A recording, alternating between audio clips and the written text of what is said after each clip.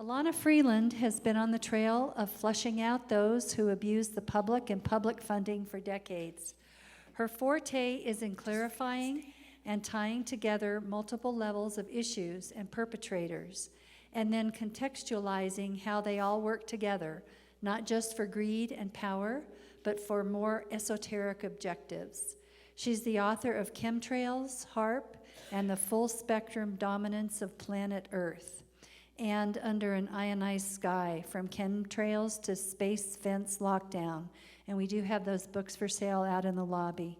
And she's now writing the third and last book in the series about synthetic biology and transhumanism. You may read more about Elana at her website, elanafreeland.com. Elana, welcome. Thank you. Oh, here, Melissa. Hello, everyone. Oops, I think I'll go over here. Well, I loved Clifford's talk today. He was more forthcoming, more open than I've seen him in a long time. And I can't believe how perfect my presentation is to follow his. We'll see if you agree. All right, my glasses. Okay. All right, good. Okay, let's hope that this works now. I've been having lots of electronics problems lately. All right, there's the book. That's the most recent one. It's out there for sale, as you know. This is the one, just to be clear, this is the one, Under an Ionized Sky is the book that really talks about the space fence and how the infrastructure is set up on planet Earth and set up in near Earth orbit. It's a two-pronged control factor over all of life on planet Earth. It is about the doctrine, the military doctrine of full spectrum dominance. Okay, so the other book out there, Chemtrails, HAARP, and the Full Spectrum Dominance of Planet Earth, that one I wrote in 2014, and that one is, to my knowledge, the only book that has a thorough chapter on Clifford Carnicom's work, and that is chapter 8, and it talks about Morgellons, the discovery process that he went through. I did my best. I read, at that point, I think it was 150 papers. I read those and tried to simplify the process for a reader, and that's, to me, one of the best. There's two good things about that book, besides the fact that I go into the earthquakes of Fukushima, Sandy, Katrina, etc., and show how HAARP was used in all those earthquakes.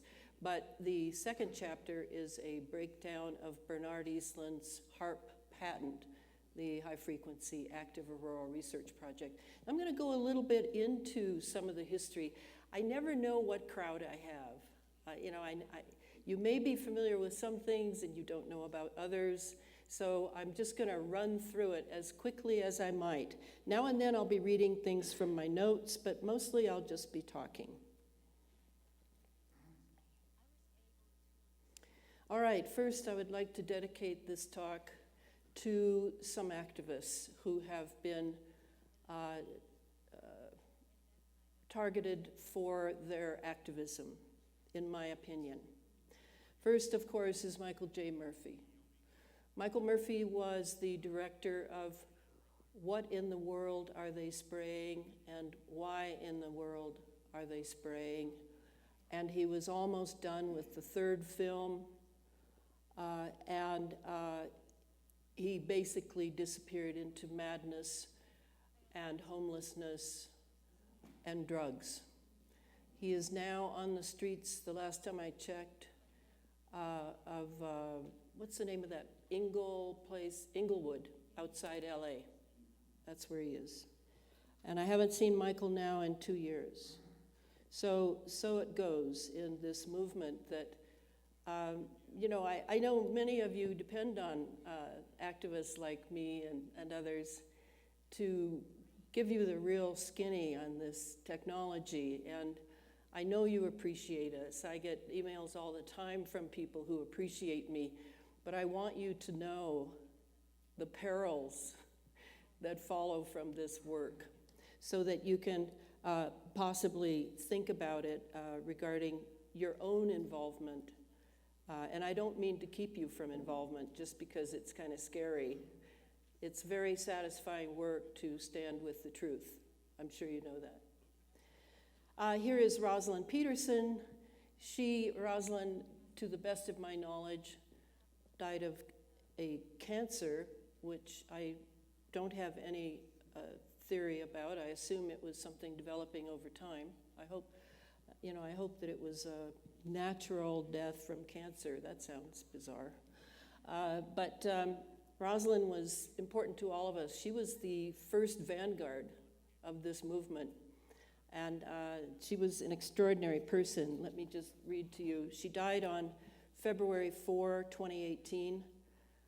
She spoke at the September 5 through 7, 2007 United Nations 60th Annual DPI/NGO Conference and gave a talk called Climate Change, How It Impacts Us All.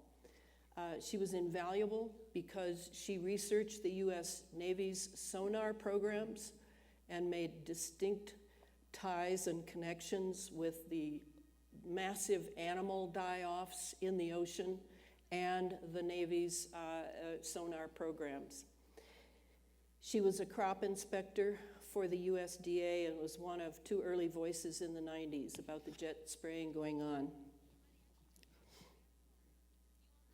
Then, of course, I'm totally indebted to Billy Hayes, the HAARP man. After Chemtrails HAARP came out in 2014, I was on Coast to Coast. Billy was one of the 300 people who contacted me after I was on that show and told me that he thought that I had written the book that he's been talking about for many years and trying to wake people up to what's going on. Billy was an MK-Ultra survivor of the CIA. His father worked for the CIA, and Billy worked for the CIA from the time he was 8 years old until up to this very day. I feel that they still impact his life. He was a tower erector. He worked on HAARP up in Gakona, Alaska. He's worked on 240 installations around the world, calibrating them and setting them up for what we now call the space fence. And it was Billy that alerted me to the fact that the chemtrails story was important, but that it actually led to something even more important, which was the space fence lockdown. So Billy and I had many, many conversations on Skype, and he is now, his health is very bad, and he's struggling to live. Then there was Canadian activist Suzanne Mossman, a wonderful person I met when I gave a talk in Toronto years ago. And Suzanne was brutally attacked with microwaves and has now basically withdrawn from the movement. And now we have Patrick Roddy in San Francisco, who has been evicted from his apartment. His car has been stolen, his bank account compromised, and Patrick is basically looking for somewhere to live and people to help him. That's the most recent activist that is paying the price. And what Patrick was doing was very laudatory, but I tried to warn him that it was probably dangerous. He was petitioning the city of San Francisco for the death records of people who have died of lung ailments in the last 10 years. All of us have faced what I call the big lie, and I have to quote from Mein Kampf for this one. In the big lie, there is always a certain force of credibility because the broad masses of a nation are always more easily corrupted in the deeper strata of their emotional nature than consciously or voluntarily.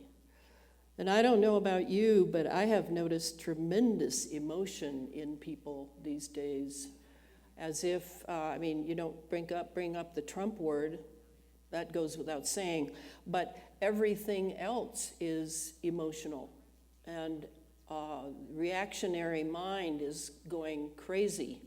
So it appears to me that that may be a symptom of what Clifford was talking about this morning, this transfer from the geoengineering to the bioengineering. I would guess, and hopefully I'll get to it, that this over-emotionalism is being quickened and stimulated possibly by the pulsing of frequencies that bring the emotions to an extreme. Now, this is basically our condition, what we're facing. This little clip that I took from of Elon Musk, my favorite guy that is being used as a poster boy for all kinds of things that we're facing.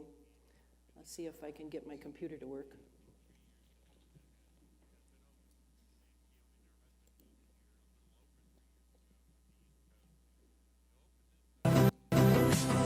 Around you right now at work, or if you're watching this at home, most of your kids, they're on their tablet, they're on their phone.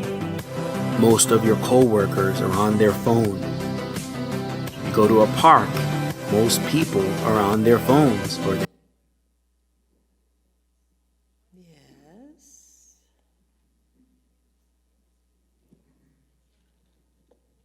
Is it me or is it? Merged with the machine in a way that has become way too acceptable to humanity. And but that billions of people with enhanced cognitive ability, radically enhanced. Yes. And which would be, how much different than people today? Like if you had to explain it to a person who didn't really understand what you were saying, like how much different are you talking about? When you say radically improved, like what do you mean? You mean mind reading? It would be difficult to really appreciate the difference.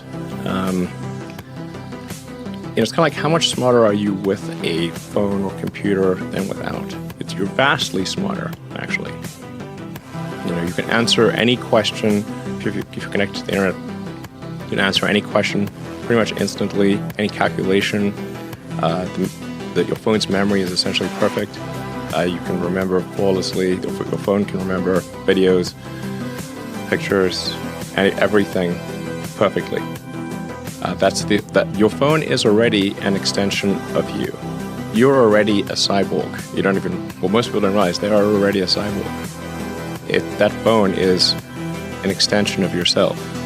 It's just that the data rate, the rate at which, of the communication rate between you and the cybernetic extension of yourself that is your phone and computer is slow. It's very slow. And that is like a tiny straw of information flow between your biological self and your digital self. And we need to make that tiny straw like a giant river, huge, high bandwidth interface. It's an interface problem, data rate problem. Solve the data rate problem, then I think we can hang on to human machine symbiosis through the long term. And then people may decide that they want to retain their biological self or not. I think they'll probably choose to retain their biological self. Versus some sort of Ray Kurzweil scenario where they download themselves into a computer? You will be essentially snapshotted into a computer at any time. If your biological self dies, you could probably just upload into a new unit. Literally. Pass that whiskey. We're getting crazy over here. You might want to retain your biological unit. So another way of looking at it, here's Ron Johnson. Ron is always very bold in his assertions. But in this particularly, he's going to talk about cell towers, and I don't mind what he says about cell towers. They too are weaponized, absolutely. We knew that 5 or 6 years ago, actually. We had lots of as much as we have about 5G now coming out, we had that about the cell towers. But pay attention to the Matra weapons. That's the important part. That part has to do with my presentation later in my slideshow.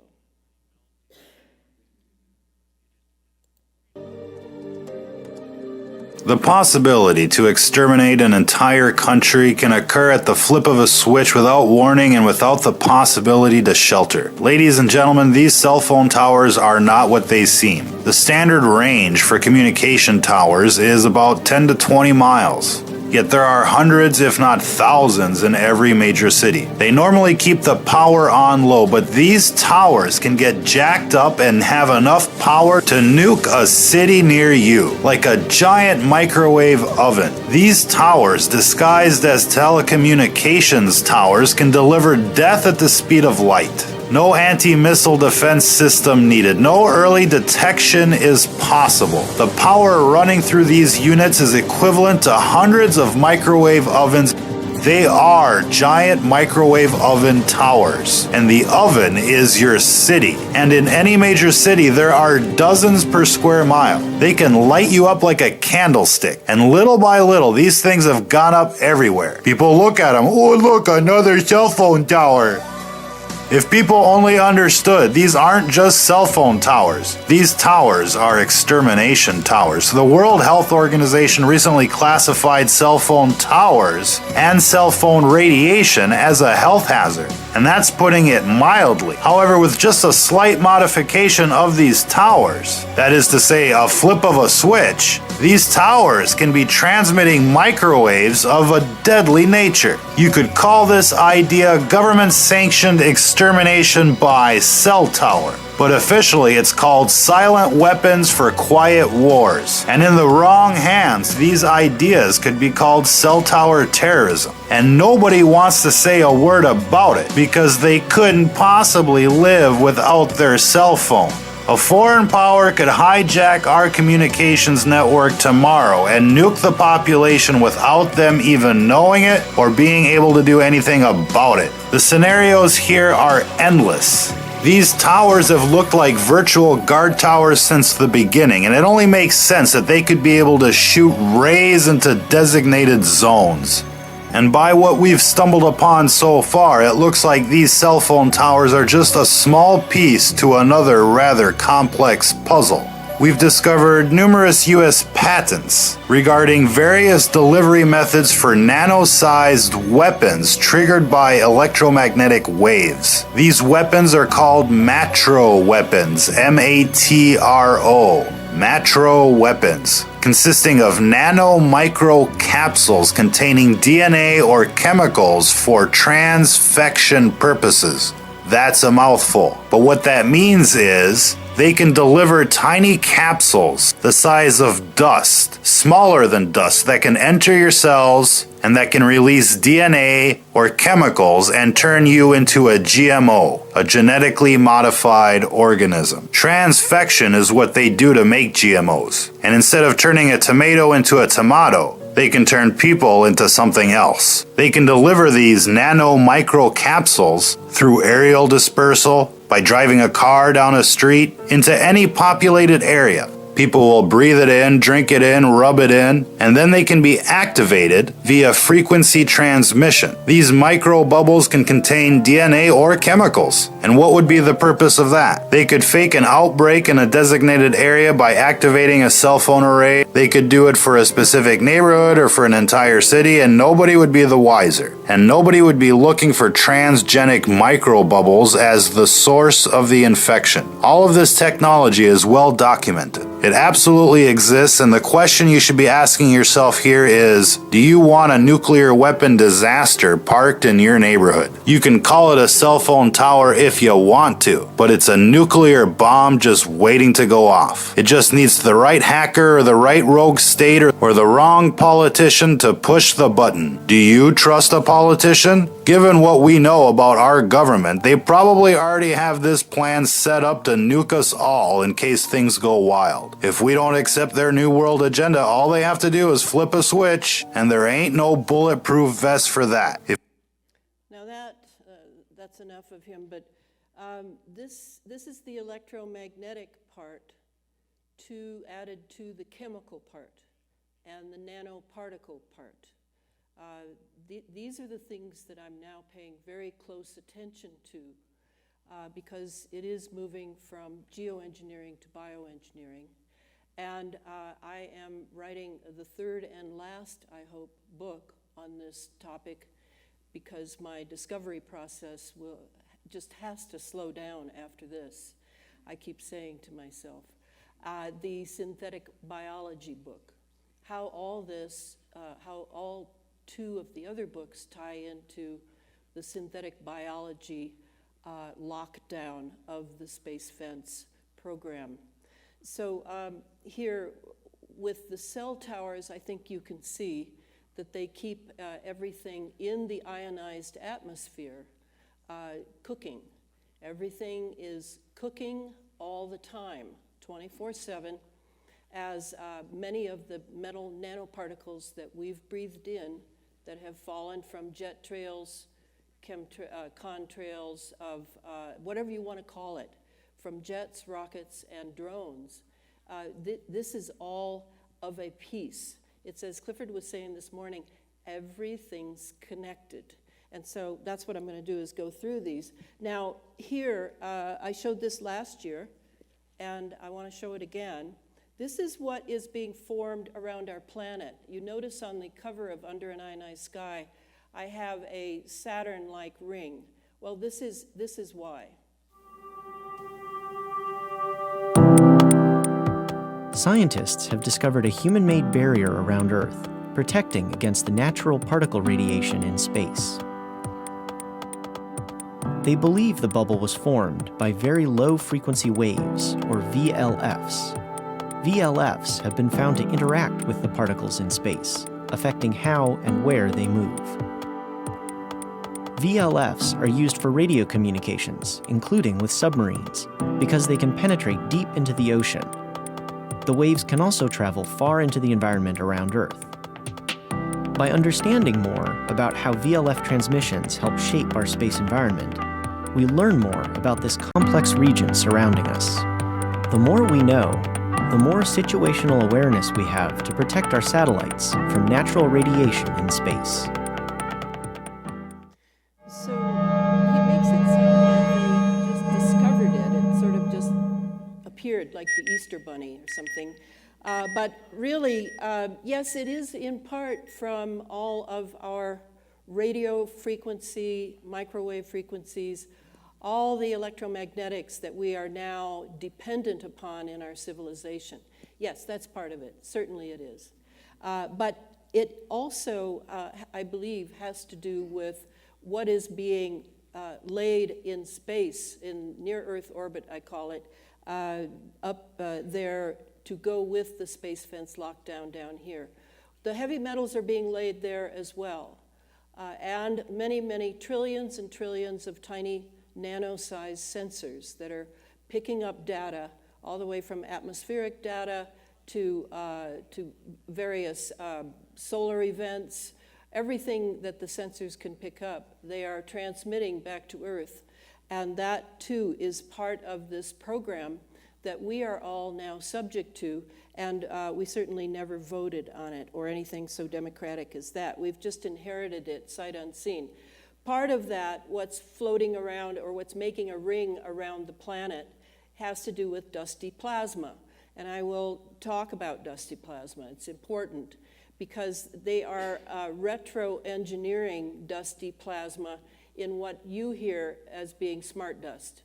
And this is everywhere now. You can see it on your desktop. You can see it anywhere that you take a look at the dust. This is not just the old dust that we were accustomed to and it's time for a house cleaning. This is smart dust. So dusty plasma is everywhere. This came out just in last month. The sun has several dusty rings surrounding it, including faint ones near the orbits of Venus and Earth, and of course, the asteroid belts out beyond Mars and Neptune. But now 2 new studies have found evidence of new rings in the inner solar system, a dusty one in the orbit of Mercury, and a new set of asteroids following Venus's path around the sun. So what this says to me, and admittedly, I'm an amateur, but I have been observing all of the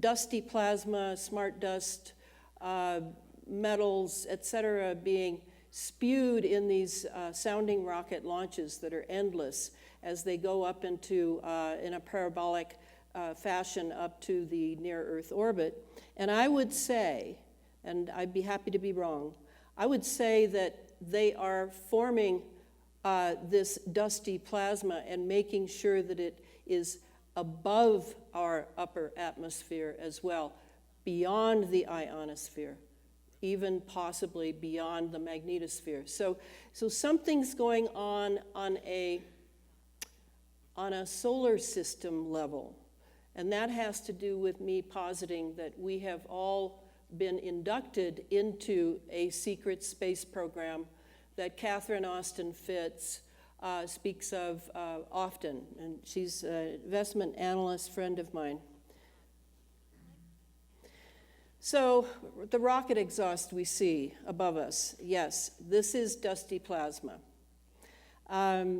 Notice how small the particles are, particularly of the aluminum oxide, 0.01 to 10 micro, how do you say that? Microns, thank you.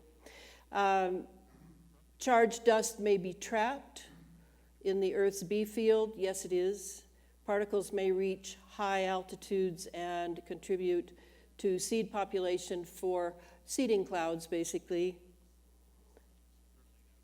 Here, I read this book. It's a short book. It's very interesting. It was written by Norman Berggren, who was a PhD alumnus of Ames Research Lab, and he worked for NASA. He was very hooked into the missiles and rockets programs of the 50s and 60s. And here he goes through and looks at the rings of Saturn. And there again, we have dusty plasma, but very organized. I think you'll find the book shocking. I did. I don't want to tell you the punchline, though. So you can get it in an interlibrary loan if you are so inclined. Here is where we live. We live down in the teeny-weeny little troposphere down there. Notice it's basically 18 kilometers up to the stratosphere.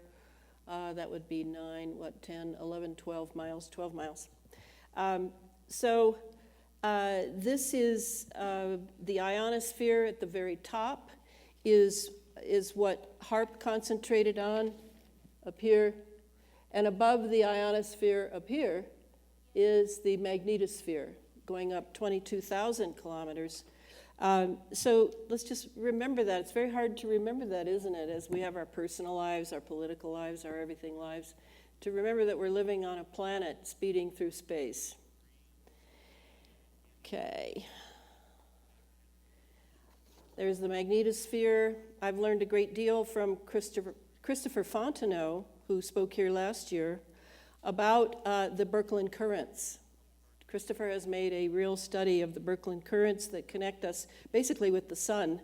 These are the magnetic lines of force that you will see again and again in Bernard Eastland's patent for HAARP, that he talks about how all of that has been altered. Now, CERN has something to do with altering the magnetosphere. I'm not entirely sure of all that is going on at CERN. For those who don't know what it is, let me just say here, in 1954, the high-energy particle accelerator known as CERN was built. Its logo has received a lot of attention, as the logo is basically 666. CERN examines particles in their initial state, looking for the, quote, glue, the God particle, that holds matter together. Other particle accelerators are in Waxahachie, Texas, and Brookhaven National Lab in New York. CERN is doing a great deal of things, and in the Under an Ionized Sky, you can read that about it in chapter 10. I entitled the chapter, for good reason, The Temple of CERN. So let's see here what BP Watch has to say. I really like him. He's very involved in analyzing data on the web. May the 29th, 2017. Guys, you're looking at the magnetopoles. This is the model of our Earth shields, and it's being generated by the 3 different satellites, or 4, that you see orbiting in that white circle, the GOS 15, 14, 13, and the South Korean COMS. You see those bendings right there, guys, both at the north and solar and south poles of our magnetopoles. It only occurs when CERN is running at very high power. Look at this. It's incredible. Now, they're not at universal time as you try to match the quakes and the pulses from both the magnetopoles and from the USGS. They use Geneva, Switzerland time, a couple hours difference there. So remember that. Here's our pulsing, guys. Remember in the video before this, I said we saw 2 very high impact walls of solar wind speed come in. It matches all of this information. Again, look at the difference between UTC time and Geneva, Switzerland time, and you can see exactly what's happening. Now, what's different this year is they have the new linear accelerator in place. But look at this one they had to dump a few moments ago. Look in the right section right here. It looks like a star field. Unbelievable.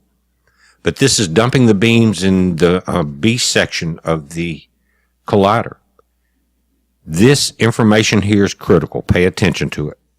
A lot of you have seen it in previous videos, but as the solar wind strikes the Earth shields, there's energy that's created that causes the auroras, different things like that. But notice that you have region 1, which is incoming, and region 2, which is outgoing energy. Now, when that happens, it creates ground currents in the Earth. Hall currents, Peterson currents. Notice that. Very important. Incoming and outgoing energy here. Now, why is CERN built underground in the northern hemisphere? You just saw it. To take advantage of these ground currents. Now, a few years ago, they launched a series of satellites. They went through what was called plasma tubes that connect the sun and the earth. It has to do with our shields. It has to do with the placement of our planet in the orbit around our sun, and they're huge. If this drawing does not really do it justice, because some of the sizes, as we've seen the input come in, almost completely encircle our planet. But these tubes connect the earth and the sun. And then what happens? As that energy is increased, the magnetic lines of force that we use for our compasses, that the whales and the birds use for navigation, they become these plasma tubes also. There's a tremendous amount of energy that's going into the core of our planet. CERN is situated exactly where they need to be to not only take energy from this to power their demonic machines, but they can actually manipulate, because remember, you had currents going in and going out, because in that connection with the earth and the sun, they can pull in there and actually affect what we're seeing on the solar surface. Their new machine has put them well over 100,000 times as strong as far as their magnetic field compared to the Earth's magnetic field. Look, we saw the first pulse this afternoon to the left of this, caused a 6-point earthquake. Then another sudden pulse. Guys, this is not coronal mass ejections. This is not solar wind coming from a coronal hole. These are pulses that are being emitted. Look at the time between here and look at CERN. These people are on the verge of causing utter destruction. We're already in the period of solar minimum with weak shields. Now, if they're using the ability to tie into the entire magnetic fields that connect the Earth and the Sun through these plasma tubes with a magnetic field that keeps the Earth in balance with the Sun, but theirs is over 100,000 times stronger, they admit it on their website. Either way, this is not popular information. It cost me every video that I put up in 2015 over 700 as they hacked my channel and removed everything in it that was heavily concentrated about CERN and the effects on our planet. The hacks came out of Paris, France, not far away. But guys, you're seeing a group of mad scientists about to utterly create chaos on our planet. If they're going to bring it down on me again, they might as well go ahead and get it over with. We're watching it, guys. It's a heads up. Be safe. So he touches on, each time I hear this video, I think of how I could go off on 7 or 8 ideas he gives a clue to that would help me to understand how we are now in a solar minimum. We hear about solar flares, we hear about solar winds, we hear about CMEs, we hear about a lot of things, in particular from some people that who do fantastic videos that I don't trust at all. And the idea is that, oh, this is all natural. This is all coming from the solar minimum, from the sun, from whatever. And that is not what he's saying. He's saying that we have implements like CERN that can affect the sun, that can affect the solar minimum, that can affect all of the solar weather, just as we have implements that are affecting the weather on planet Earth.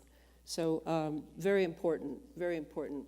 All right, there's the plasma tubes. Again and again, I've said in many talks, radio and other talks, that there are so many plasma experiments going on in our atmosphere and in the stratosphere due to the fact that it's all basically ionized. It's all basically sort of a mini ionosphere now. And this plasmaizing of the magnetic lines of force is very interesting, you know, we need to know this. And if you were wondering, you may have seen this photo at some point in a video that came out a couple of years ago. This is if you were looking at sunset through one of the plasma tubes. That gives you an idea of how when you're seeing things up there, it may be a solar simulator, it may be a reflectivity of the one sun into another sun, because our atmosphere now is very mirror-like due to the ionization process.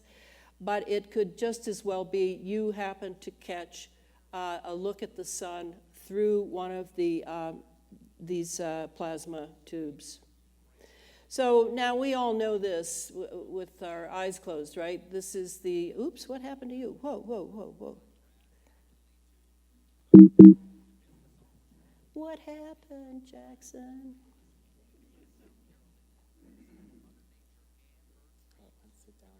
It flipped back.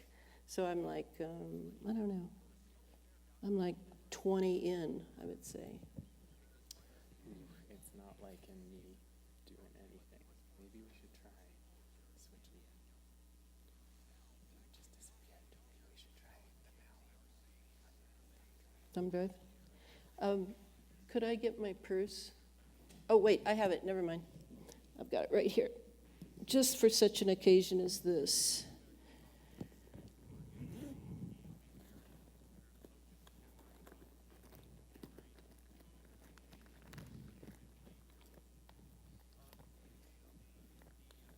Are you going to put yours up? Yeah, because mine is very undependable these days.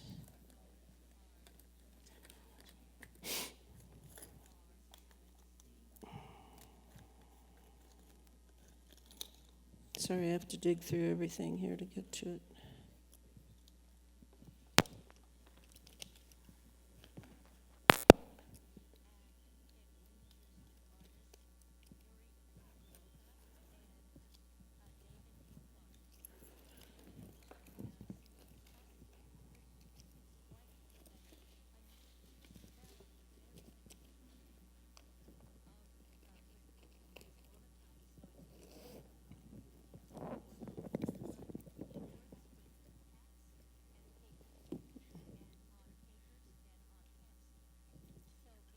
Oh, okay.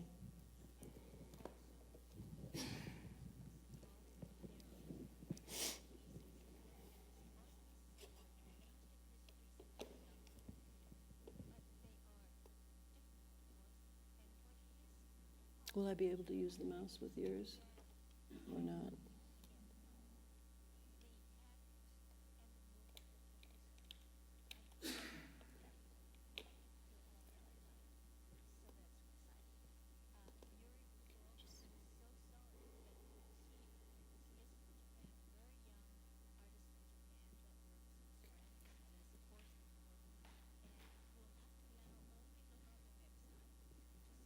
So while we're waiting for that, you saw the picture of HAARP. Let me just refresh your memory on how extraordinary HAARP was when it first came out. HAARP is a phased array with 180 antenna units. Oh, wait a minute, I think I've heard that term phased array. Let's see now. Oh yeah, 5G phones are phased arrays. And so is 4G. 4G has a phased array antenna in it. Every 4G has a phased array antenna in it, which means to me that the 5G breakout that is supposedly coming and scheduled actually already began a long time ago. HAARP is a phased array with 180 antenna units organized in 15 columns by 12 rows, yielding a maximum gain of 31 decibels. Originally, it was jointly managed by the U.S. Air Force, U.S. Navy, and the Defense, DARPA, in conjunction with the Geophysical Institute of the University of Alaska at Fairbanks. Its patents have changed hands several times, but were originally owned by Raytheon Corporation. Oh, Raytheon, yes. Number 2 in the world as a military contractor. The second largest U.S. military contractor after Lockheed Martin. Oh, Lockheed Martin is number 1, and Lockheed Martin owns all the patents for the space fence. The line between the CIA and these big corporate players in the military-industrial complex is non-existent. HAARP was unique in that its transmitter power appeared to be just millions of watts, but with an effective radiated power, an ERP, multiplied to billions of watts. By developing coherent phasing and accurate in-phase timing with other ionospheric heaters, this is the advantage of phased array antennas. These waves can be pulsed via high-frequency interfering transmission beams to designated areas on and below the surface of the planet. From the mid-90s to the summer of 2013, the HAARP ionospheric heater was used for exotic and dangerous experiments in the ionosphere that have had devastating effects on both our magnetosphere and the troposphere, that's us. HAARP is part of a global ionospheric heater network, many of which are smaller and now mobile. HAARP technology, or the solid-state phased array radar system, SSPARS, has been multiplied into a C4 global system of command, control, communication, and cyber warfare.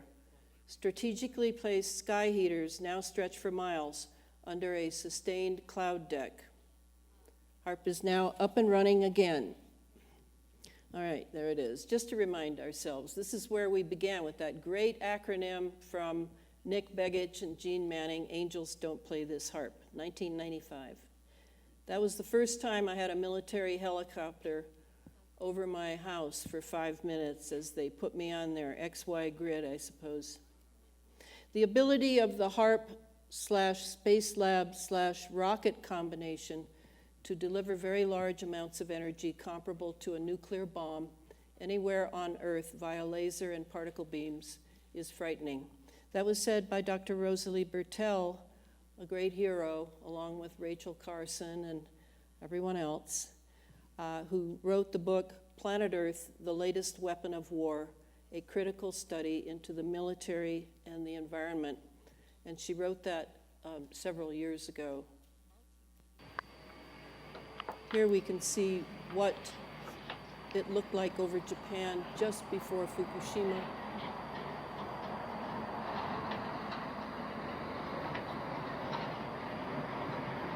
That's radio frequency in operation, pulsing.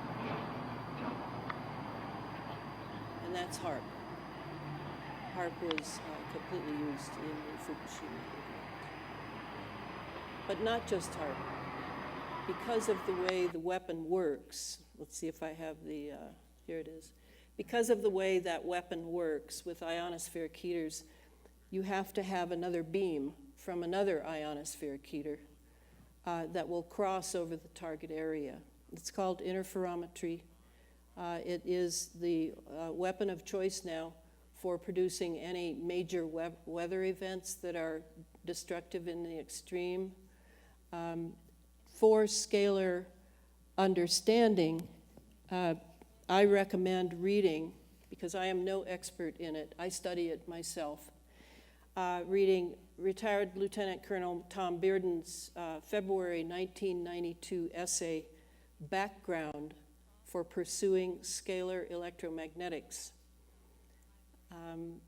I discuss the drama behind the disappearance of E.T. Whittaker's potentials in Chapter 3 of Under an Ionized Sky, along with the disappearance of the concept of ether. That's a really important chapter because I'm covering some things that really were removed on purpose so that this science could remain in the hands of a select few. Mr. Chairman, and thank you to And all of here, you this is morning. the sound Very system interesting. working? I wanted to ask a couple questions Maybe turn here it up. about HAARP, the High Frequency Active Auroral Research Here the Air Force Program. admits what HAARP Several has of done. you at the table have a little bit of a piece here.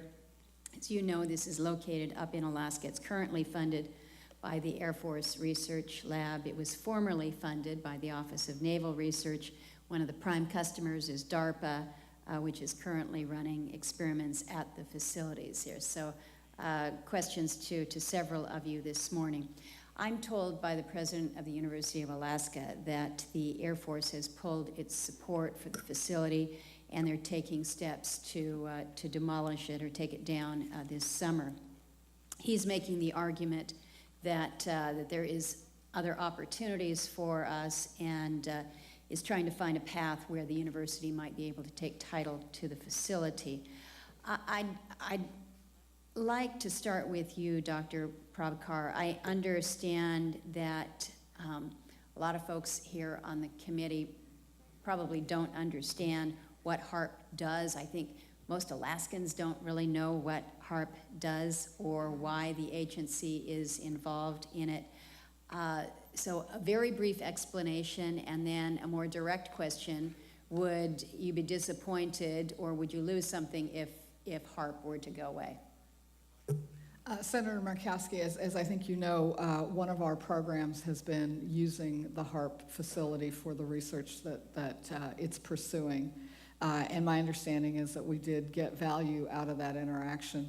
The P in DARPA is projects, and we're not in the business of doing the same thing forever. So very naturally, as we conclude that work, we're going to move on to other topics. So it's not an ongoing need for DARPA, despite the fact that we had actually gotten some good value out of that infrastructure in the past. Understood. Then to Dr. Walker and Mr. Schaefer then, Dr. Walker, your agency is currently running the facility. I've mentioned that it's our understanding through the president of UAF that the plans are to move forward and demolish the facility this summer. So the question to you is that accurate? Can you explain why? And then perhaps to both you and Mr. Schaefer, is there any benefit in exploring a potential relationship with the University of Alaska to perhaps take over the HAARP? Yeah, thank you, Senator. The Air Force has gotten great value out of HAARP in the past. We took over from the Navy Understatement and of the managed it year. and actually did a number of experiment campaigns up there and have finished our work that we're interested in doing up there. We've moving on to other ways of managing the ionosphere, which the HAARP was really designed to do, was to inject energy into the ionosphere to be able to actually control it. And but that work has been completed. The Air Force has maintained the site for other government agencies to use for several years now. And with Oh, the rest is just lies. So yes, the purpose of HAARP was to control the ionosphere, and the subsidiary of that includes setting up a sort of conduit relationship between the ionosphere and our troposphere, so that we have constant electricity, basically, electrical connectivity, wireless connectivity in the troposphere as well as the stratosphere for all the operations that the military industrial intelligence complex has undertaken in this secret space program, basically. Okay, this is, I hate these graphics, but they're somewhat useful. So you see the jet is laying, here we have SRM, right, the solar radiation management fantasy of how the jet lays the so-called contrail, creates a cloud cover, a cirrus cloud cover, which is primarily plasma, is not even a moisture cloud, and then how it deflects the solar energy coming from above. And then we have it used for cloud seeding. We even see the three smokestacks here indicating what's known as the WSAC, the wet surface air cooling method of creating actual moisture clouds. We have this on ships, merchant marine and also Navy ships off the coast. And we have it, we're using to move weather systems across the United States. They will use this to feed the system. They will use radar installations of one sort or another, like an XRAD, in order to steer it in a certain direction. Or they'll just steer the jet stream. But here, that's the WSAC, and that includes nuclear stacks as well, by the way. And then what else do we have? Cloud seeding. Oh, and then we have space mirrors. A lot of that has to do with using plasma as a mirroring device. And this is one of the reasons there's so much barium that's released into the atmosphere, is for that. And what else we got here? CO2 capture. Yeah, that's enough. Gives you an idea. Delivery systems for the space fence lockdown. Jet chemical trails, rocket chemical trails, drone chemical trails. GMOs are also part of this delivery system. And vaccinations, I have now decided, are also part of this delivery system. So let me read about the space fence, because I'm not going to play the long 6-minute Lockheed Martin presentation or sales pitch for the space fence. Originally, the space fence was a belt of radar installations across the continental United States under the aegis of the 1980s SDI Star Wars program, tabled until Bernard Eastland's 1987 patent for HAARP cleared the way to develop a 24/7 ionized atmosphere. In 2012, CNN described the space fence as, quote, a series of radar signals managed by the Air Force since the early 1960s that has been tracking an ever-growing pile of rocket and satellite parts and other man-made fragments that zoom around Earth's vicinity at thousands of miles per hour, end quote. CNN then said that the space fence was worn out and needed to be, quote, restrung, unquote. Very interesting word. 5 years on, we still hear very little about the space fence, other than in the context of space garbage and the new unit going up in the Kwajalein Atoll of the Marshall Islands, and of course Lockheed Martin's cool sales pitch videos. The truth is that the space fence is about far more than space debris, satellites, and rockets. In fact, it is CNN's word restrung that points to the truth of what it is about. Like Jade Helm, the military exercise in the American Southwest in 2015, the space fence is about global network-centric warfare, otherwise known to the military as NCW, under an AI system, artificial intelligence, in order to grant them mastery over the human domain. That is the real purpose of the space fence. So meanwhile, from all these delivery systems, including the vaccinations, we have a great deal of aluminum. And this list was made for me by Billy Hayes to show me how they calibrate all the instruments of the space fence together. And they do it chemically and with radio frequency. And how it works is, you see those formulae in 1 and 2 for spraying, and yes, fracking, hydraulic fracturing of the oil industry is also involved in the space fence lockdown. Anything that can be electromagnetically, chemically induced as far as calibration goes to control the geomagnetic environment that this particular implement is in will be used. So that includes, let's see now, it's all in the Under an Ionized Sky book, but cell towers, GEOEN towers, ground wave emergency network towers, fiber optic cable that you've been sold a real lie on, that it's better for you than the wireless. I think it's just another breed of the same beast. Then the NexRads, the ionospheric heaters that are now mobile. There are hundreds and hundreds of them. I don't know, maybe more. The wind farms, those too can be calibrated because, of course, they're sunk in the ground. And anything that, as you saw when BP Watch was talking, he said that a lot of the energy coming from up top in our upper atmosphere is really being plunged down into the earth, and then it's being drawn out of the earth. It's as though Rosalie Bertell was right, that the entire planet has been changed into a machine.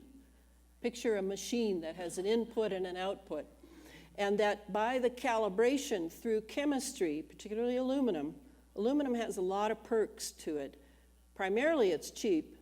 Primarily, it has 4 times the surface area in a nanoparticle that other metals have, and it's conductive. So aluminum is the name of the game, and then also it's in the sounding rockets as well. So this is just a little bit of how Billy tutored me and how this space fence works. The calibration is everything, so they're recalibrating all the time, and now they have it hooked up to an AI system.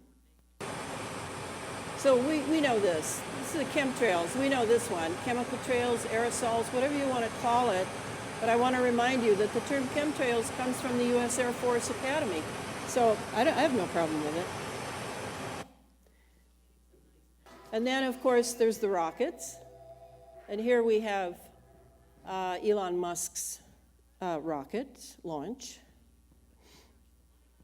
for all those wonderful 5G little CubeSats, right? We're all up there now. 5, 4, 3, 2, 1, 0. But notice what spews out the back of the rocket. All that.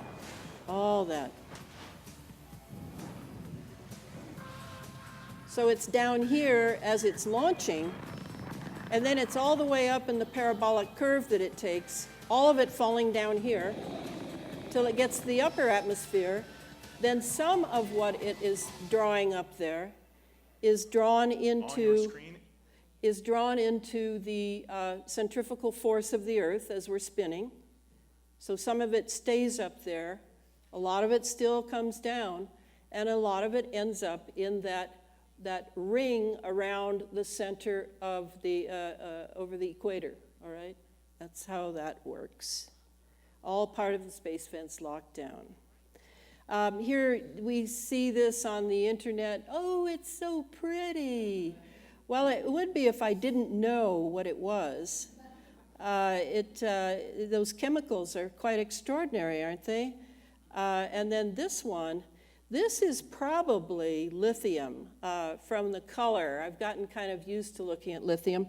And I wanted to recommend to you that a once friend of mine who has now is not in touch with me anymore, She wrote a wonderful paper in 2016 about some observations she herself made in Oregon State along the coast.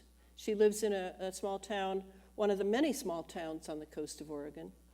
And she wrote a paper after she and 2 other activists were contacted by a whistleblower working for the state of Oregon. He worked in the weather department of some sort. I never found out his job. He disguised himself as Patrick Henry. That was his moniker.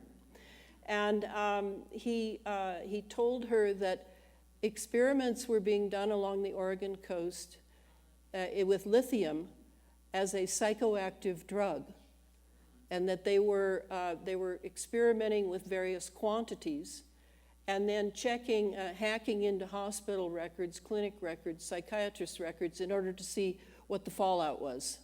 And so Anne Fillmore, PhD, wrote a paper called Aerosol Experiments Using Lithium and Psychoactive Drugs over Oregon. It was published out of England. You can find it on the net.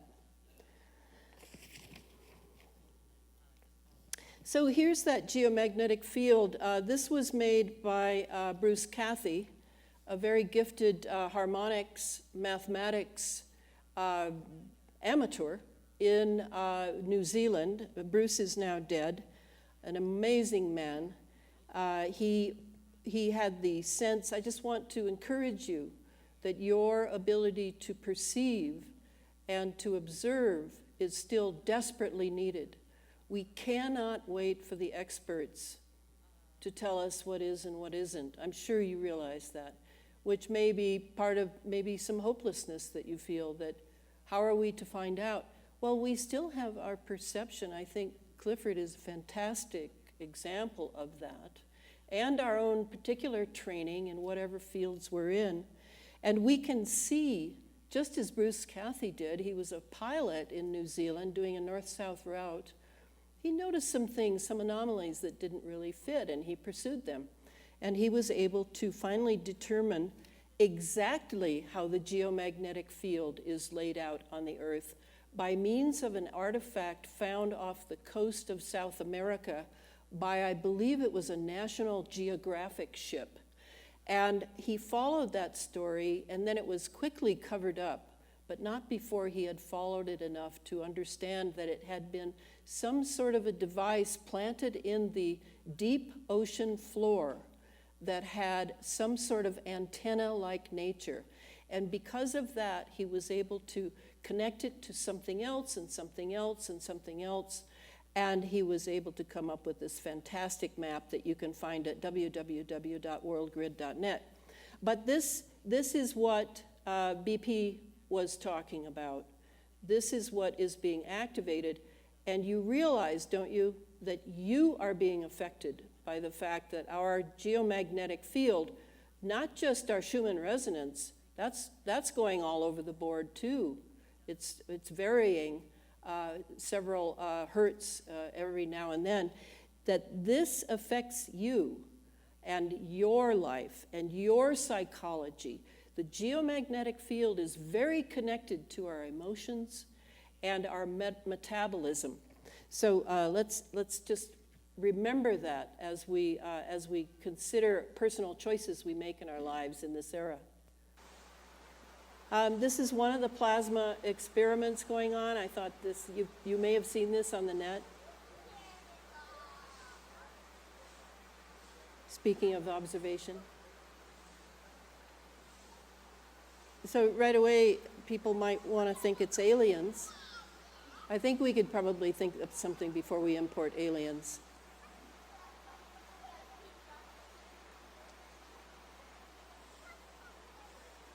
But I mean, it'd be a little shocking to see that over your head, wouldn't it? In my opinion, that's one of the laptop boys. So imagine working on a laptop, and you have a monitor in front of you, and you have a certain scale of electromagnetics and plasma conduction available to you. Why couldn't you make something like that? That would then show in the sky. And you wouldn't care because just about everyone down here doesn't look up. This is Sean Gautreaux. And Sean also is observing what's going on in the skies. Only what Sean's finding is as if, and Clifford, we're reminded here of operation number 7, the detection of exotic propulsion craft. Very possible. Also, I want to bring up someone who had a great influence on me. I used to email with him. He's dead now. James Trevor Constable, or Trevor James Constable, I can never remember. And Trevor was very involved in Wilhelm Reich technology. He had gone to the desert, as had Reich before he was arrested through the Food and Drug Administration, and then basically killed a week before he was due to get out of prison after his research was stolen. Trevor went to the desert and with infrared film and photographed many extraordinary entities in our sky, that many of which at that time, I don't know what it looks like now with all that's gone on in our troposphere, but back then when Trevor was taking those photographs, they looked a lot like microbial entities, paramecium. When I was in biology in college, I used to look at various microbes under our microscopes. And Trevor died, but he left us something really to think about, that when the Vedas, which are 10,000 years old, 10,000-year-old religious documents, when the Vedas talk about the sky overhead from Earth, they always refer to it as a cosmic sea. And many of these entities definitely look like they're swimming. So anyway, something to think about. Oh yes, here we are. National Space Council resurrected by President Trump. I want to remind you that President Trump's uncle, electrical engineer John G. Trump, was the technical aide directed to cover up the theft of Nikola Tesla's papers upon his death. So why is Trump president? Well, I can't help but feel this may have influenced those who chose this many years ago, or at least a decade ago. That's how elections really are in America now, I think. But anyway, National Space Council has been resurrected. That's supposedly a citizen-run space council. Then he signed a policy directive on traffic management in space, advocating the Space Force, and I think we have the Space Force now, don't we? I think it passed. Is it called a Space Force or a Space Corps? Yeah, Space Force, yes. So we have entered, this is the quiet entry, our quiet entry into the space age. And as I said, and here's Clifford's list that he was talking about this morning, I have tweaked it to my own uses. Clifford has shared it with me. I'm very grateful for it because it helps to give me a structure to what I'm looking at. So I have it down as weather engineering, geoengineering, chemical electromagnetic operations, planetary geophysical operations, directed energy warfare operations, surveillance neural operations, biological transhumanism operations, detection, obscuration of exotic propulsion systems. Still 7. And these are, as Clifford said, the one thing I would add to what he said this morning is that the weather engineering does serve in some ways as they are experimenting with the weather and storm systems, I'll put it that way. It does help to re-energize the ionized atmosphere as well, perhaps on a local level, but it is definitely part of that, of keeping the atmosphere ionized, along with being used politically for political blackmail, and all the other things that are going on with weather engineering. But this is the geoengineering veering toward bioengineering is a very vast program. He who controls the electromagnetic spectrum on Earth controls the living things on the surface of the planet. That's Dr. Jack Kruse. Jack Kruse is very vociferous about the impact of 5G on the mitochondria of our DNA. And now I come to, I'm going to really sort of cook through the next part. This is a very famous quote. I think I showed it last year by Hermes Trismegistus, who may be mythical, but I highly doubt it. I think he's probably somebody. Hermes Trismegistus says, "As above, so below." This is a very old adage of many, of alchemy and of secret brotherhoods that pretty much run this world and this nation. So I'm going to start there. Notice that the figure there, the two-headed figure, is standing on a dragon. And that dragon is the magnetic lines of force in the earth, the geomagnetism.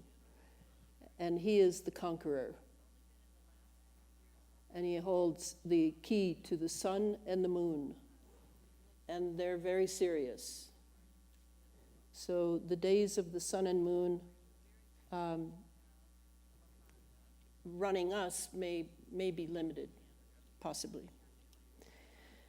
So here is a nanoscale entity in the nervous system. You can see the axon dendrite set up here.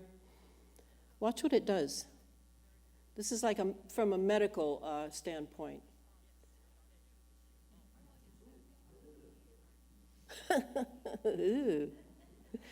Right. So these entities are inserted into people with vaccinations, shots, for medical reasons. And we are now entering, because we're going tiny, we're going very, very tiny, submicron, we're in the realm of quantum mechanics, and this is very different from natural mechanics. If you aren't deeply disturbed by quantum mechanics, you clearly haven't understood it, said Richard Feynman. So just before we depart, let's run over the nomenclature of this 1 hertz, 1 cycle per second, all the way down. Let's go down to the gigahertz. You've all heard that the 5G is between 30 and 300 gigahertz. That's billions of cycles per second, billions. And then we have the terahertz. And I just came through the airport and was able to bypass the terrible terahertz millimeter wave X-ray machine. One more success under my belt. Here I want to point out our visible spectrum. Please see how tiny it is. Please see how narrow it is. In a way, I don't know what your belief system is, but my belief system is we have been protected for many millennia from the entities and realities of all the rest of this spectrum, perhaps entities whose bodies are more subtle than ours, not physical bodies, perhaps they're plasma bodies, perhaps they're ether bodies, I don't know what they're called, but we can't see them. And therefore, we've been able to concentrate on human things. We're not distracted by, such as in this room, I'm sure it's filled with all kinds of entities, not just bacteria or little virus or that sort of thing, but it's just how it is. But now things are changing. And now our masters of the universe that sociopathically run this world, they want to enhance our abilities, possibly even to give us the ability to see beyond our own narrow band of visible electromagnetic spectrum. So just to make sure you understand where the 5G is, okay, so radio waves we know, TV broadcast. Mobile phone is getting into the gigahertz, so it's getting a little beyond. We're in the non-ionizing, but that doesn't mean safe, right? You all know that. It's not ionizing radiation. You don't sense heat right away. You could sense heat eventually from all of these probably, but we're beyond this now. Now, gigahertz, mobile phones, smart meters, there's your smart meter, Wi-Fi, 2.4 gigs. And then we get to the microwaves, 3 to 30 gigahertz, okay, microwave oven. I hope you don't still own one. That's incredibly elementary. And then you get over here, right in about here, between the microwaves and the infrared being primarily light, actually, less than heat. Now this is where the 5G will be starting, right in here. All right, so just so we know, this is the kind of stuff you should know. You should sit and study it. You live in a technological era. There's no excuse for not knowing some of this. You'll feel better for it because you'll understand what's in your environment better, including the 60 hertz in your walls, right?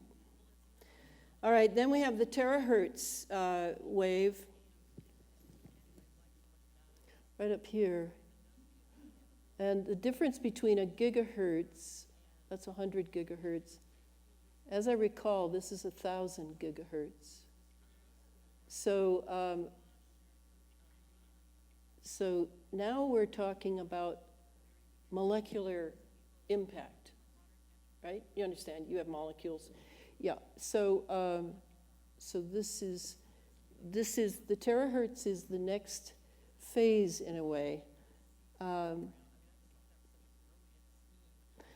Okay, that's enough. I just wanted to present some of these. I'm working with this too. And then this wonderful film that I've watched a few times. I highly recommend it so you understand your condition. His name was Winifred Otto Schumann. On the day in question, he was teaching his students about the physics of electricity, how a sphere within a sphere can create electrical tension, and subsequently, a frequency. Schumann's class had struggled to understand the subject, so to make it easier, the professor instructed them to imagine the Earth as one sphere and the ionosphere as another. He then asked them to calculate the tension that would exist in between. Having no idea himself, Schumann also began to calculate. Eventually, he arrived at a frequency of approximately 10 hertz. As incredible as it seemed to Schumann, our planet had a pulse, a measurable frequency that surrounded life on Earth. Although the professor was proud of his find, he didn't see it as a hugely significant one, especially as it was only published in a small science journal, confined to the back pages, under the heading of Schumann resonance. It would take several years, and an incredible twist of fate, before the professor would begin to realize the true importance of Schumann resonance. That twist of fate had begun 30 years earlier, with another German scientist by the name of Hans Berger. Using an EEG machine he had built himself, Berger had made the first ever recording of electrical frequency transmitted by the human brain. It was initially suggested the wave be named after the man who discovered it, but Berger, being a modest man, elected for an alphabetical name and called it the alpha wave.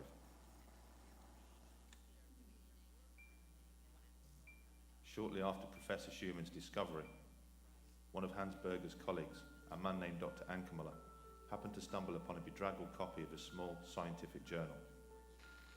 The exact same small scientific journal that Professor Schumann's discovery had been published in several years before. He read the piece several times, shaking his head in disbelief. He realized instantly the magnitude of what was in front of him. The frequency of the alpha waves, recorded by Hans Berger, were almost identical to Schumann resonance. The frequency of the Earth.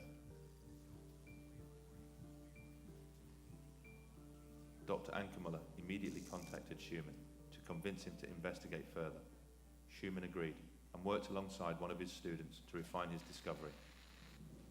They studied in detail how tension is discharged by lightning in the Earth ionosphere cavity. Eventually, they came up with an exact frequency. The pulse of the Earth, Schumann resonance, was exactly 7.83 Hertz. The discovery was remarkable. Schumann resonance wasn't just similar to the alpha waves of the human brain, it was identical. The brain's frequency, which controlled our creativity, our performance, our stress, anxiety, and our immune system, had somehow tuned into the frequency of the planet. The pulse of the Earth had become the pulse of life. There it is. So if I were going to look at it, I showed you what Fukushima looked like just before the event there, a HAARP created event. So you see these pulses, the harmonic resonance manipulation. We see it above us from time to time in the chemical sky. This is similar to what is actually in just about every electromagnetic field, is a sort of toroid, right? A spinning that's going on in a variety of ways in our electromagnetic environment. Sometime you may feel a mood change. It may come out of nowhere, or you may have a thought that is bizarre, that really is not yours. You can't see these frequencies. I'm not hiding them from you. I'm not being covert. They just fell off the screen. I don't know why. But all of these have a frequency. You know that. Every emotion you have has a certain frequency. So my idea that your cell phone could be used to pulse you with a frequency, an emotion that is not really yours, but is really being sort of instigated in you remotely, is not all that far-fetched these days. Think remotely, because a lot of things are going on now that are remote. So all of these, so this one is very interesting to me because, well, about a decade ago, I was editing a manuscript for an aeronautics engineer who had fallen into some trouble with the company she'd worked for back east. And when she had noticed that Dick Cheney, Martha Stewart, Ken Lay, all the old criminals of that era, that they had, they would come to the little airport attached to this little aeronautics company, and even sheiks were coming from Saudi Arabia, and she couldn't figure it out, and she went into the hard drive of a computer and discovered that they were all selling American weapons to foreign powers and stashing the money in Switzerland. So she then became targeted, as she would. And I, unfortunately, was editing her manuscript, and I got hit with an electromagnetic weapon at my local grocery store one day. And what they did is they took out my vision center. It came in through this temple, and pretty soon all I had to see was, I had a periphery vision, but in the center was a big black hole. And the big black hole grew and grew and grew and grew, and pretty soon I couldn't see anything. So I just stood there and waited. I immediately put together that it was the manuscript that had earned me this great privilege of being targeted by these creeps. I even knew where it was coming from because I had done research on the corporation across the street from my grocery store and I knew that they were dirty. So I waited until my vision returned to some degree, and then I got in my car quickly and went home and waited further, and then pretty soon my vision was returned to me. So I understood that, and now, you know, when I see this and realize it was probably a frequency they used to do that to me. Now, the heart attack is another way of targeting people. Clifford mentioned that this morning. So these are frequencies, okay? And there's a frequency for just about everything now.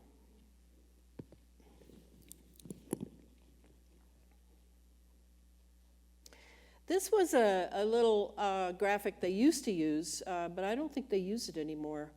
It was called NBIC, Nano Bio Info Cogno, and it was part of a recipe for how to control the environment around us. And certainly they are doing it: nanotechnology, biological, informational technology, cognitive technologies. And it's a way to control the human domain. Here I have another picture of it. It doesn't work very well on this screen. I think I'll skip it. All right, this is us standing in our electromagnetic environment. If we could just see ourselves, we would see all these waves and transmissions moving around us, and the Internet of Things completely around us, right? It's like we're like embedded in the Internet of Things now. There is another picture, a blobby-looking picture of a dusty plasma. Electrons plus ions is what plasma is, basically. But in the future, every square inch of every city will be alive with intelligence. I guess this is supposed to make you feel good about your new city, your smart city. Will have a network of microcomputers built right into them. Dr. Chris Piester calls it smart dust. A smart dust particle or mote is a wireless sensor with sensing, computation, communication, and power in one package. You have breathed these in, by the way. They're in you right now. Very small. The size of a mote today is about the size of a grain of rice. Much smaller than a grain of rice. And we've shown that we can make the circuitry small enough and light enough that eventually it will be possible to make things that are on a sub-millimeter size scale. Tiny specks of computer smart dust will form a vast invisible network that can help manage the infrastructure of even the largest city. Smart cities in the future will take this low power, inexpensive, small technology and basically distribute it everywhere. These tiny computers record information about their surroundings, information they can send to other computers or to you. Smart dust on the tracks will monitor your commuter train so you know if it's running late. Potholes will be able to report themselves and warn your car. Wow, great. You'll never have to wait for Potholes. the radio traffic report again. They're monitoring the flow of traffic and giving you alerts about what route is the right way to go to keep the traffic moving. Bridges will get a coating of smart dust particles that can warn us when they detect stress fractures, helping avoid deadly collapses. But smart dust will also allow buildings and streets to recognize you and respond accordingly. I think increasingly the environment will respond to who we are and adapt in consequence. The city will know where you are if you want it to. Only if you want it to. Smart dust at the entrance will boot up your computer. And smart dust embedded in the elevator doors will automatically ring your floor. Smart dust is going to sense the environment and allow us to improve the way that we live our lives. No matter how we live in the future city, it will be radically different. No kidding. And not once does he mention, oh, and you're breathing these in, but don't worry. Okay, turn Julian up.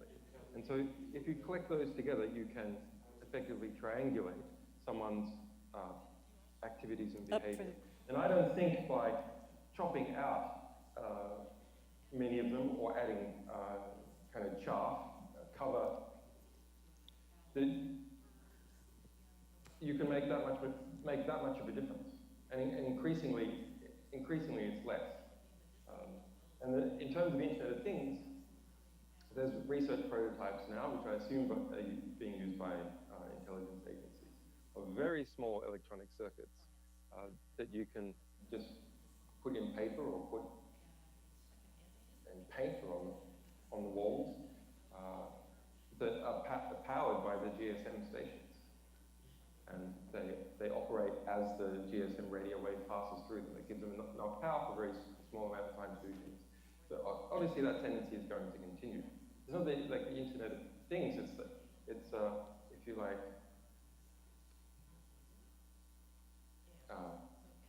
intelligent evil dust scattered everywhere, like confetti in everything. Yeah. So I think it's increasingly hard for human beings to work out how to deal with that. And the only way I can see is that we've got to securitize this problem. Computer security industry is it's been engaged in outrageous securitization for a very long period. Oh, and then Jillian gets into securitization. Jillian, you can't securitize intelligent evil dust. Come on. Okay, now here again, just nomenclature. Make sure you're up on this stuff. Need to know the names of these, like the micron that I still don't quite have yet. The nanometer down below, 1/1000th of a meter. That's what we're breathing in as far as sensors and everything else, because now we're going to go into that. And remember, this is all about quantum technology, quantum mechanics. What that means basically to me, and I am no expert on quantum, but I do read a great deal about it, it means it does not behave naturally. That's the important part. When you get down to this nanoscale, and I think the next one is petascale, and the next one is, there's all kinds, smaller, smaller, smaller. You're now dealing with something that is not based on nature as we know it. That's important. So now here is the, and I wanted to make sure I have the name of these. LIDAR. Yeah, the MEMS, GEMS, and NEMS. These are the sensors that have been released in the stratosphere by the trillion, and that is, mainstream media talks about that. By the trillion. You have breathed these in, as have I. MEMS are micro-electromechanical systems. GEMS are global environmental MEMS sensors. And NEMS are nano-electromechanical systems. These are the primaries that are under a program called CENSE, C-E-N-S-E, or the Central Nervous System of the Earth, a project by Hewlett-Packard. I mean, who would be better for a central nervous system of the environment than a giant telecom company? I mean, doesn't make any sense. And others to place nanosensors everywhere. CENSE consists of a highly intelligent network of billions to trillions of nanoscale sensors designed to feel, taste, smell, see, and hear what is going on in the world and in your bodies and brains. It doesn't say that. I added that. So this is the beginning. Okay, now let's go on to the microprocessors. This microprocessor is nanoscale. You would not be able to see it. Even you would need an electronic microscope in order to see it, wouldn't you, Clifford? Yeah. The nanoscale is hidden from us. We can't see it. I mean, how great is that to infest an entire planet with a size that cannot be seen by the average person? So that's a microprocessor. A microprocessor is just another word for a computer. Does it go two-way? Yes, it does. It's in our bodies, I assume. It's collecting data, and it's transmitting the data. It also means, possibly, that this computer in us on a nanoscale can be programmed remotely for various functions that have been pre-programmed into it to respond to at the right moment, Under the right circumstances, who knows? When 5G gets here, everything's going to be booted upscale, big time. That's all, really, to me, the 5G mainly means, is that everything is going to be really, really on. Okay, quantum dot tagging. Quantum dots. They're also very tiny. They're nanoscale. We've breathed those in. Some of them are luminescent. Many Morgellons survivors see these, sparkly, usually hexagonal bits coming out of their sores from the Morgellons, or is coming straight out of the pores, because it's smaller than your pore. So quantum dot tagging is used certainly for prisoners who are released into the population, used by the military for their soldiers, but I'm sure that we have our own share of them. Then here's the, this is carbons, you know, whether fullerene or this is molecules of carbon-60. Nanowires, fullerenes, lab on a chip.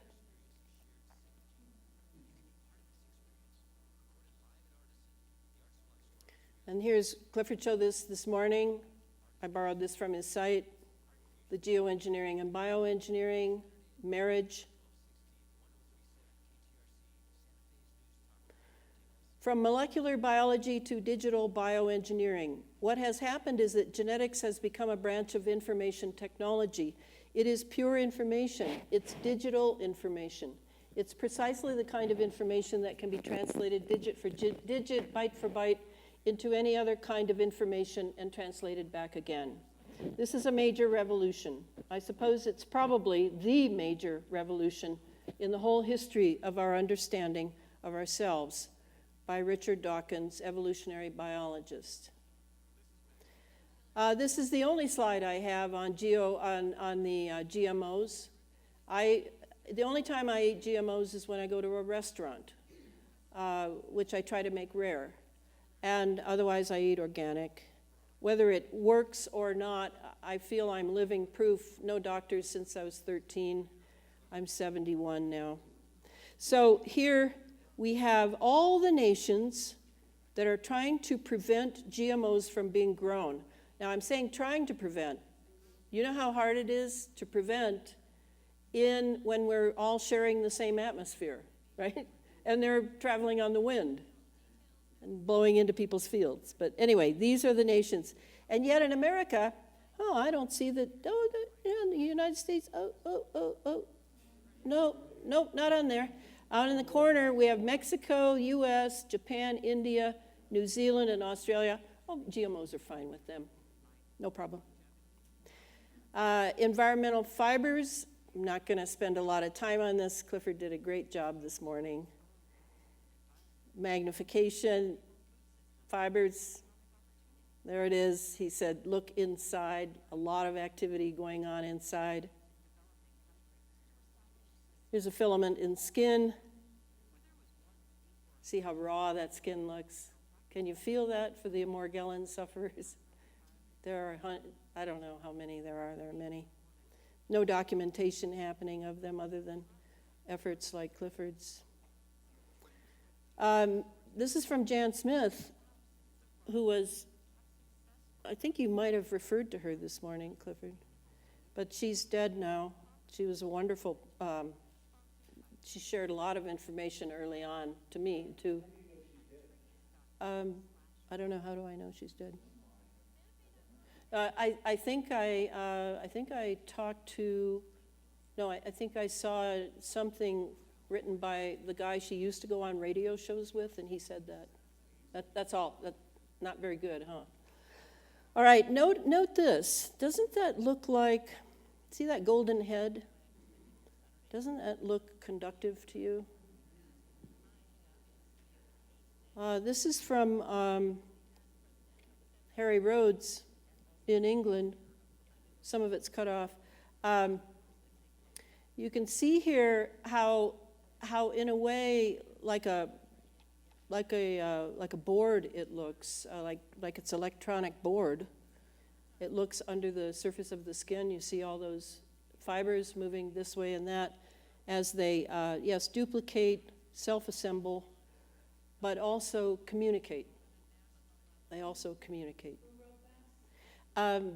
This is, Harry Rhodes wrote the text, and the picture is from one of his, someone in his group that took a picture of his own Morgellons outbreak. Right. I do know what that treatment is, but I can't remember it right now. You can find it on many Morgellons sites. A lot of people are using it. I need to study it. Thanks for reminding me. Here, too, it looks like a circuit board to me. And that's like some sort of a fabric or something that is catching what the skin is, what the pattern in the skin below. By the way, that's what that is. Here is a paper. I wish it were all here. Not sure why is it smaller here? Because on mine it's not smaller. This explains how you produce living. Okay.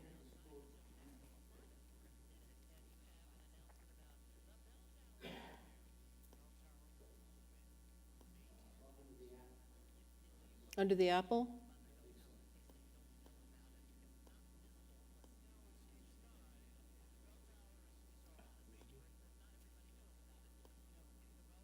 There we go. Will it?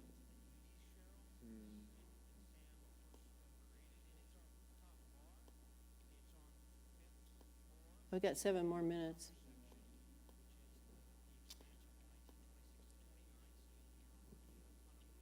It's getting smaller and smaller.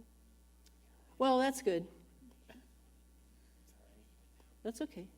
People can look it up. If you remember the name of it, synthetic organisms. Oh, it's gone now. Okay. All right. That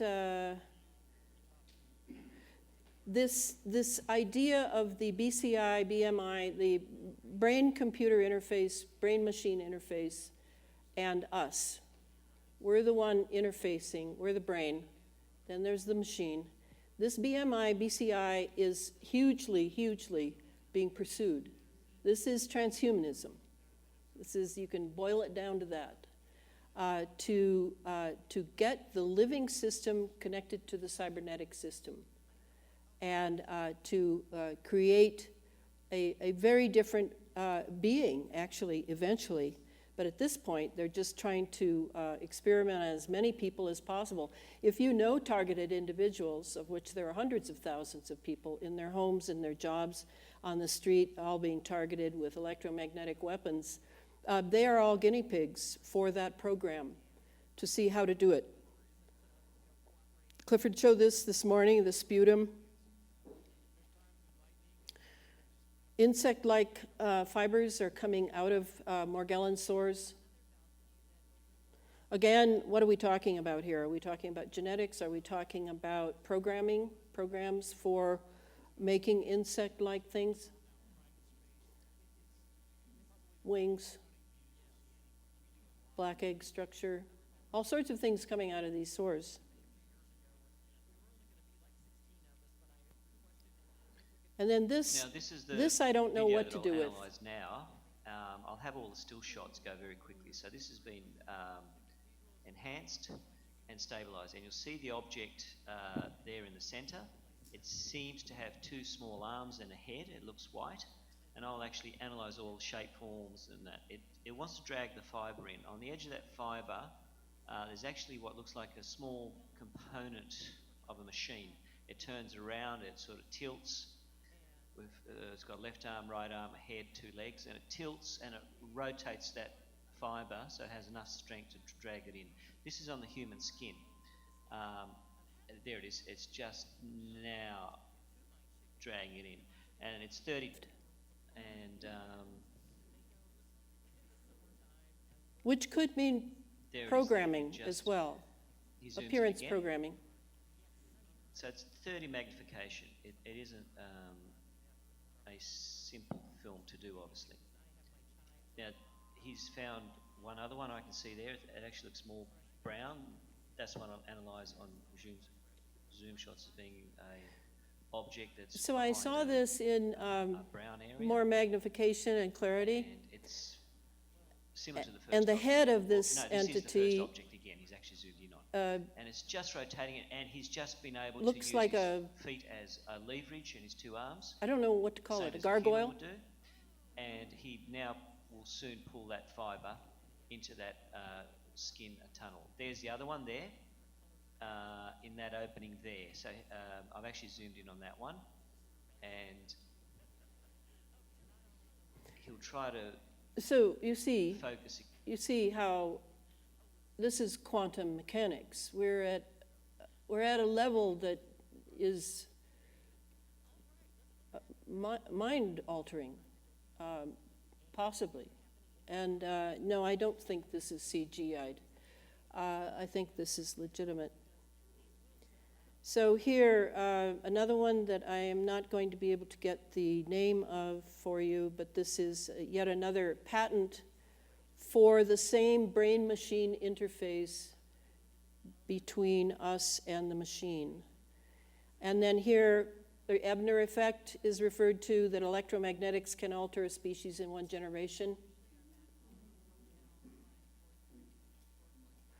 And then this is my list of what I'm recommending to people now. It changes from